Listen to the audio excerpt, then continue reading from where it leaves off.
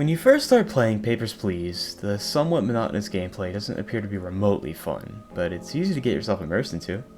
You've won a labor lottery, been given a Class 8 dwelling, and are now sitting at the border checkpoint, verifying immigrants' papers with only one instruction: deny all foreigners. Foreigner after foreigner after foreigner come pouring through, each bearing passports from one of the many countries on the map, none aware of their inevitable rejection. You go home that night and read the newspaper. Grestin border checkpoint, a success! A remarkably fitting title for a newspaper called The Truth of Arstotzka. We haven't let a single foreigner in yet. But that ends now. Starting today, all foreigners with a valid passport are allowed. Now the game feels like it's picking up the pace a little bit.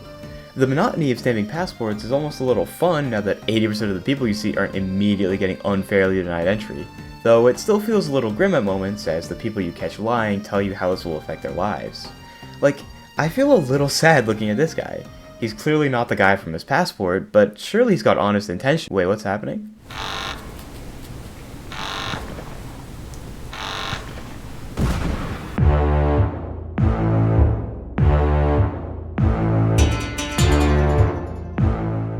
Let me take a break from the storytelling voice. To me, this intro sequence isn't just great because of the shock value of someone throwing a bomb at a soldier. More than that, we're shown how Arstotzka responds to perceived threats. The Truth of Arstotzka immediately points the finger at Kalechia. The next day, we're saddled with the phrase, "Entry for non-citizens is now regulated." A few days later, another Kalechian attacker slips through, prompting a new rule: mandatory full-body searches for every Kalechian citizen who comes to the border. Through this one event and its aftermath, we not only learn, but internalize that this government is reactionary. This government is shaped by fear, and as a result, it's discriminatory. In terms of the things on the actual screen, the only things pushing us forward are the newspaper and the bulletin board, both of which are run by the authoritarian government, which we can already prescribe as being deeply flawed in its handling of the border. Which means we have about as much information as the inspector does. Without directly telling us, this game has built a world we can understand, and actually immersed us in it too. This game's only almost perfect, but its world building certainly isn't the flaw, so let's keep moving forward. We've now reached almost a groove. Every day or so, a new mechanic or document to check is introduced to shake things up a little bit, but on the whole, we're getting pretty good at our job. This is where you'd assume the early stress starts to whittle down as we get more comfortable with everything, but that's not the case. To show that, think of this as food for thought. A lady came to the booth today, begging I deny entry to someone involved in human trafficking who would surely kill her. What could go wrong? Let's let him in anyways. Well, fuck. Because of the previously described excellent world building and genuine sense of immersion, the choices we're presented with feel like they actually matter. So, though we're getting better at checking documents, we've become frozen in place trying to decide what's morally right. And just as we're starting to feel like that, the Eziks show up. Dressed in black, shady clothing with an all-black letter, it should be clear to anyone that these people are the resistance group. But now we're stuck with a greater moral dilemma than before. Should we support them? It's clear our role as the border agent will help, as proven by their next couple visits where they give us specific tasks to complete, but these tasks risk our job and livelihood.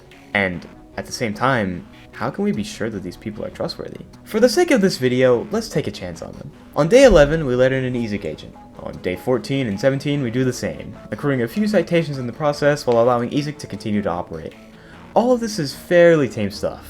By this point in the game, you've probably let in a couple of stragglers like Georgie, who, despite not having critical documents, are so cute that it's almost impossible not to let them through. But then the levels of severity take a jump. Laid before us by our Ezik agent is a powder clearly intended to be placed on the passport of someone named Khalid Ishkom. If we are to continue helping us, blood will be on our hands. Is that price worth it to fight back against the regime? To make this decision, we must remind ourselves of what we've been dealing with the past couple of days. Staying complacent with the status quo means ignoring more terrorist attacks, forgiving the creation of a wanted criminals list, which could charitably be seen as a good thing, but is also just another reason to deny more people in a potentially unfair manner, among a bunch of other things that we've kind of already talked about. But if we've already helped the Ezik, we actually don't have a choice. Whether we kill him or not, we're informed that we're going to be audited soon. This audit happens on the last day, and depending on our involvement in the Ezik, a corresponding ending will play. Let's say we continue to help the Ezik like we have been. On the final day, Ezik agents will come to blow up the border wall. Our ending credits tell us that the revolution is upon us, spreading hope for a better future for Arstotzka. But now let's say we had instead helped the Ezik. If we had done that and shot the Ezik agents attempting to explode the wall, the border checkpoint reopens, and the status quo remains. When put in this way, the story might seem like a really stupid dichotomy. Either help the Ezek or serve the country. This sounds like it would be a no-brainer because one directly results in the betterment of the country while the other keeps the authoritarian regime in power, but the choice is actually pretty complicated. Because of the way that Papers, Please sets up each interaction as impactful, and the way that it immerses its viewer due to its excellent world building, choosing between the two is actually difficult, which makes this story incredibly entertaining and intriguing to interact with. So, the game's storyline really is not the problem. I actually really love it. So, what is the flaw? Well, it lies in the stuff that I've kind of been intentionally hiding this entire time. Like, for example, the story isn't actually a dichotomy. There is a third option, and it relates to the cute Georgia guy I briefly mentioned earlier. For a fairly steep cost, you can escape to another country with some fake passports to avoid the entire regime trolley problem. I kind of view this ending as a cop-out ending, but it's actually realistic enough that I don't care. The real problem is what I just said. You have to pay to get out. This game has an economy system? This screen pisses me off the most.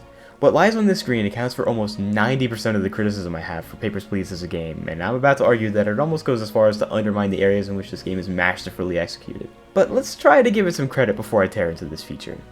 The obvious intended outcome of creating a money system in this game was to attempt to add extra weight to certain interactions, as it tries to add a level of complexity regarding who you should and shouldn't allow in because it affects your individual bottom line.